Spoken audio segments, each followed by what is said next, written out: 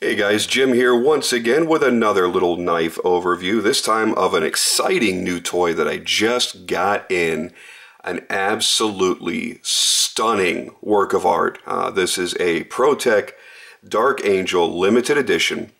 These standard Dark Angels will come in a black aluminum handle, standard black blade, and a standard button. What you're going to get on this one is a knife that weighs probably 3 times as much. This is actually made of all stainless steel, and they've been kind enough to list everything right there. So it's made of stainless steel, has the Damascus blade, and they were a numbered limited edition of only 40 to be made for the world. So yeah, I'm pretty excited about this one. Very, very rare and absolutely beautiful in every respect. They use an abalone inlay for the button, the firing button, and I love the fact that on a plunger style automatic that they do have the safety on here. You know, when you get into a lot of other automatics that may have a slide switch or a button somewhere else, it's not that big of a deal, but it makes me feel just a little bit better having that safety on there. Now, this is the one part that makes this knife unique to my collection, because when I look at all my other automatic knives that are out the fronts, they're like this, where I have a double action, rock the switch forward, it shoots the blade out, pull the switch back, and it retracts it for you. Unfortunately, that's not the only way they're made, and the first time you go to pick one of these up, you can actually screw yourself up if you go to grip it all the way around like this, because this charging handle here is actually attached to the blade. So what you're actually going to be doing, you have to leave room for it. You have to hold this like it's a side opening automatic, so that when you fire it, your fingers aren't actually in the way and jamming this mechanism from working. Now, here's the unbelievably beautiful blade. This is a Chad Nichols Damascus blade. Absolutely gorgeous, really, really nice. Not overly sharp. They didn't do a fantastic job sharpening it. It's sharp enough to do, you know, most normal tasks, cutting an envelope or something like that, but I would prefer it to be a little bit sharper, especially for the money they charge for these. These are about $750, which for a Protech, until you get into these super ultra customs for a Protech, that's pretty darn expensive. So now, again, back to the single action operation. What I have to do now, if I hit that pusher, that button, it does absolutely nothing. So what I have to do is when I hit that pusher, when I hit that button, it's actually going to unlock the blade, and then I have to grab this, the charging handle, and retract it. And it's going to go ahead and keep it locked and keep it coiled up like that. So every time I go to fire it, it's truly a single action.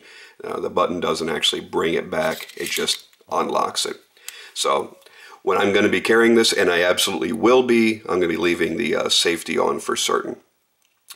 But again, it's the details about this knife that just really strike me. Number one, the weight of it. This was an immensely heavy knife. It was a big surprise when I first opened it. It's also a pretty large knife, and I'll bring out, like I always do, a Sebenza to compare it against. And when we do that, we put them side by side, you'll see it's actually a little bit bigger than a Sebenza. I pictured it probably a good inch, maybe inch and a quarter smaller than what it was just by looking at the pictures. And when I got it, I was very pleasantly surprised, because in most cases, I tend to prefer a slightly larger knife. And that's exactly what I've got here. I love the details that were put into this knife. The cutout there, the recess for the button. Just, there's nothing plain about this knife. I don't know that I would be this excited if I had a regular Dark Angel, but this one, I mean, like I said in the very beginning, it's an absolute work of art. So if you've been considering getting one of these, there's only 2 ways to get the brushed steel Dark Angel currently. Number one is this way, that has the Damascus blade on it. And there were only 40 made, to the best of my knowledge. All 40 have been sold. I mean, who knows? There could be some internet retailer in the far reaches of the internet that has one still sitting in stock. I don't know. I've not been able to locate one. And the only other way was the pre-production of this series, because it's a new series of knife. I believe they came out in early 2012.